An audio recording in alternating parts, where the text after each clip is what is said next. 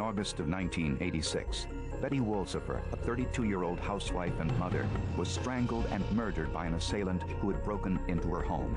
Her husband, Dr. Glenn Wolsifer, was also strangled and knocked unconscious, but survived the attack. His younger brother, Neil, lived right across the street and was the first to arrive at the scene. A few months later, Neil Wolsifer was dead too. Some say because of what he learned about the intruder.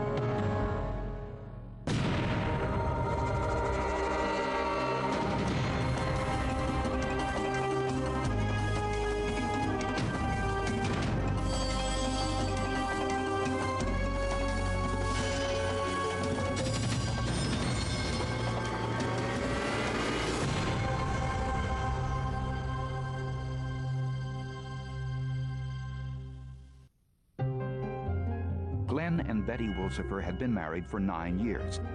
It was a romance that had begun 20 years earlier.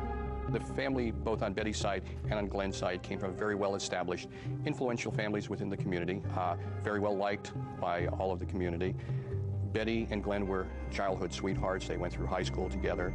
Glenn Wolsifer went on to dental school, later married Betty, and after graduation, the couple returned to their hometown of Wilkes-Barre, Pennsylvania, to set up practice. The Wolsifers bought a home on Burt Street, just a few houses away from Glenn's younger brother, Neil. The two brothers were unusually close. They were almost like twins. They very rarely did things apart. They were really big into sports, and they just grew up together like that, and they lived near each other, and they were inseparable, he and his brother. And when Glenn and Betty gave birth to a daughter, Danielle, their life together seemed perfect. But tragedy struck.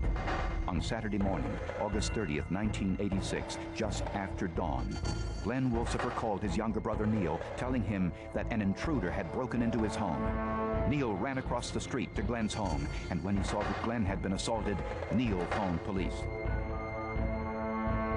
When police arrived, Glenn Wolsifer was downstairs on the floor, fading in and out of consciousness. Upstairs had been ransacked. Furniture was overturned, desk drawers emptied.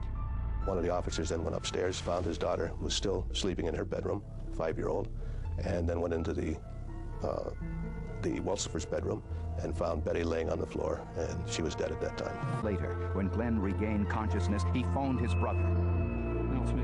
Get over here. I'm over here now. Come on. Things like that just didn't happen in Wilkes-Barre. If there was a murder, it was a street-type shooting, things that made sense. A very nice woman getting killed in her own home did not make sense to a lot of people. Glenn Wolsifer told police that $1,300 in cash was missing from his desk in the study, and some gold and diamond jewelry and a house key were also missing. But police noticed something suspicious. The phone in the kitchen was hanging off the hook. Police wondered if the victim's brother Neil had simply forgotten to hang up the phone after calling police, or whether it was evidence of crime scene staging. The news of Betty Wolsifer's murder and the assault on her husband Glenn stunned the small industrial community of Wilkes-Barre, Pennsylvania. The autopsy on Betty Wolsifer was performed by Luzerne County Coroner Dr. George Hudak, who found no evidence of sexual assault. The cause of death was strangulation, which would take from 3 to 5 minutes. During that time, it was obvious to Dr. Hudak that there had been a fierce life and death struggle. I believe that she really fought back with fury, and that she inflicted some injuries on whoever assailed her. Blue fibers and a small speck of blood found under Betty's fingernails confirmed that she had been in close contact with her killer. But Dr. Hudak noticed something unusual. Despite a severe beating, there was no blood on Betty Wolsifer's nightgown and very little blood on her face. That was the outstanding thing that imprinted itself on my brain when we saw the body. You didn't have to be a trained forensic pathologist to recognize it. There was something suspicious there. All of the injuries to the mouth and the neck, and no blood on the face, and no blood on the clothing. It just could not happen that way. The only way you could get that injury to the back of your neck is just somebody pulled from the front.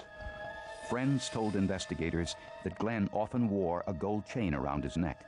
If he was involved with a fight with his wife, where his wife would have been, say, in the bed underneath him and he was on top of her in that position, he would have sustained those type of injuries from that piece of jewelry.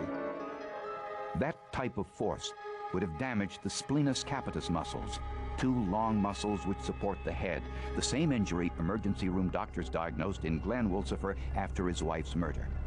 He also had markings on his chest, which would have been towards his left side of his chest, which appeared to be some type of a scratch marks, possibly caused by maybe fingernails or a pulling.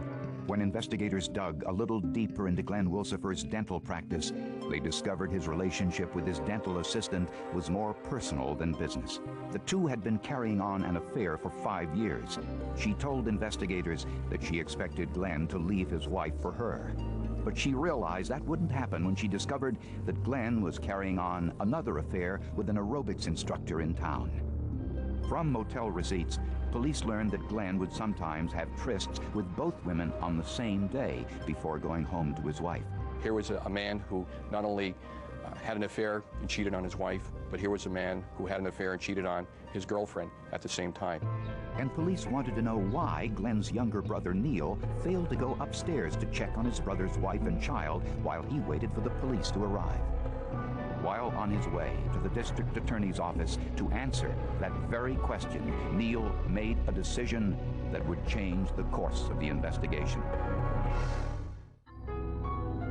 When homicide investigators learned that Betty Wilsifer's body had been washed and her clothes changed after the murder, they looked a little closer at the statements Glenn and his younger brother Neil both gave to police.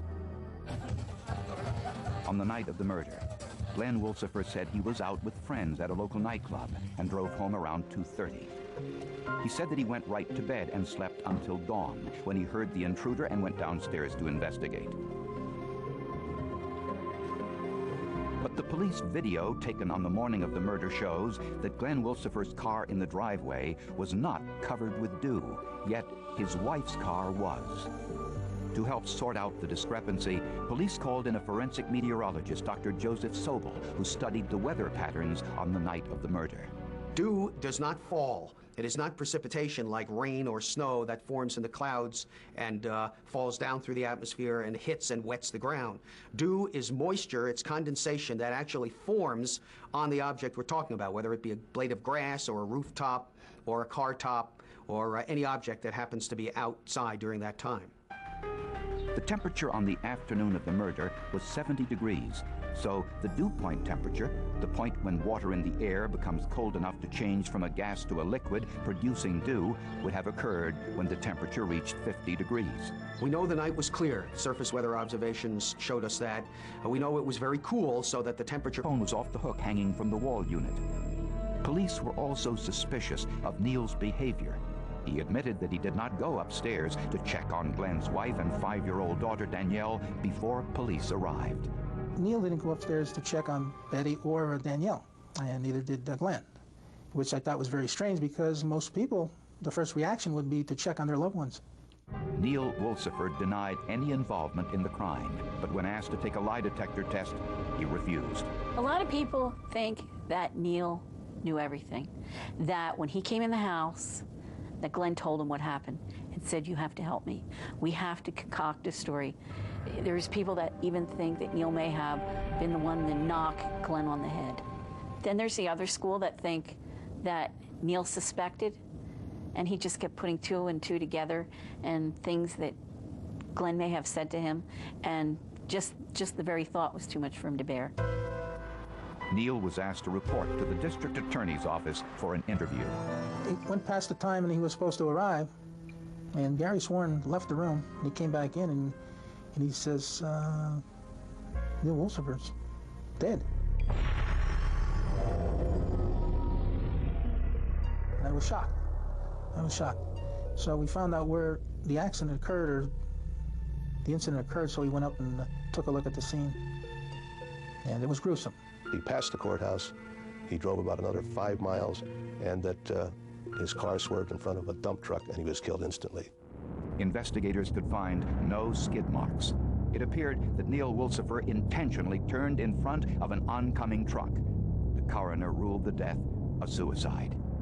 It made me feel sad, the fact that somebody was involved with a crime, and because of guilt, some innocent person had to die. And when you have the death of a person, there's always so many other people that suffer We know that joy can be shared with others, but how grief can only be endured alone. I don't think Neil would ever want to hurt anyone ever in his life. Even with the terrible situation of knowing something about his brother. My sister's dead. He's all upset, I feel, with that. I feel I know him well enough to say that I don't think he'd want to ever hurt anyone in his life, and he hurt himself. And what Neil Wilsifer may have known about the murder went with him to his grave. With Dr. Glenn Wilsifer as the prime suspect in his wife's murder, police discovered that the all-American image he presented to the public was just that, an image.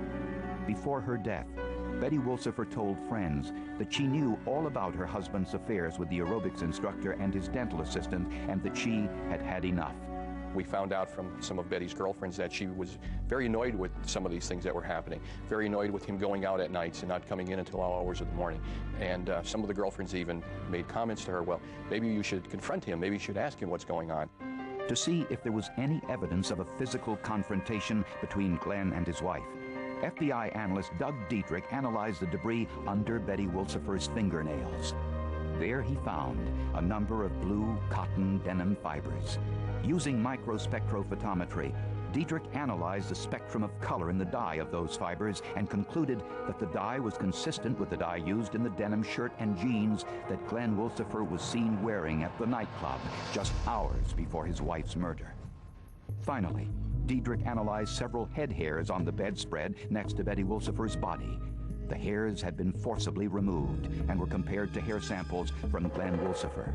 From the laboratory standpoint, the hairs that were forcibly removed on the bedding were consistent with the husband. I looked at other hairs that were recovered from the bedding and from the towels, and there were no hairs out of place. I mean, the hairs that I found were consistent with people that lived in that house. The possibility of a fight between the couple was also consistent with hospital photographs of the injuries to the back of Glenn Wilsifer's neck, which showed a long, linear bruise. On November 5th, 1990, Glenn Wilsifer was charged with first-degree murder. He pleaded not guilty. Prosecutors stated that on the afternoon before the murder, Glenn met his dental assistant for a sexual encounter. A few hours later, Glenn saw his other mistress at a local nightclub. He may have been hoping to have sex with her too, but her husband was there. Glenn drove home around 2:30 in the morning, and Betty may have confronted Glenn over his sexual liaisons. What are you doing? Do you know what time it is? I'm sick. The argument turned violent. As she fought for her life, Betty pulled Glenn's hair, clutched and grabbed his shirt, and caused the injury to his neck by forcibly pulling on his jewelry. After the murder, Glenn removed his wife's bloody nightgown and washed her body in what was probably a psychological attempt to mask his guilt over what had occurred.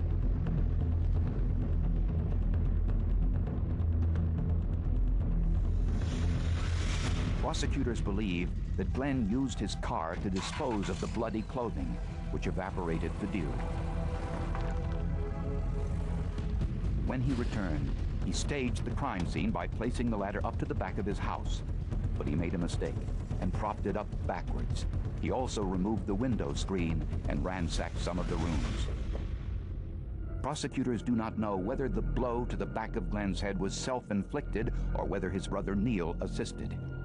The telephone receiver found off the hook was either a mistake made during the staging of the crime scene, or Neil Wilsifer simply forgot to hang up the telephone after calling police. The jury had to choose between Glenn Wilsifer's intruder story and the circumstantial case put forward by prosecutors.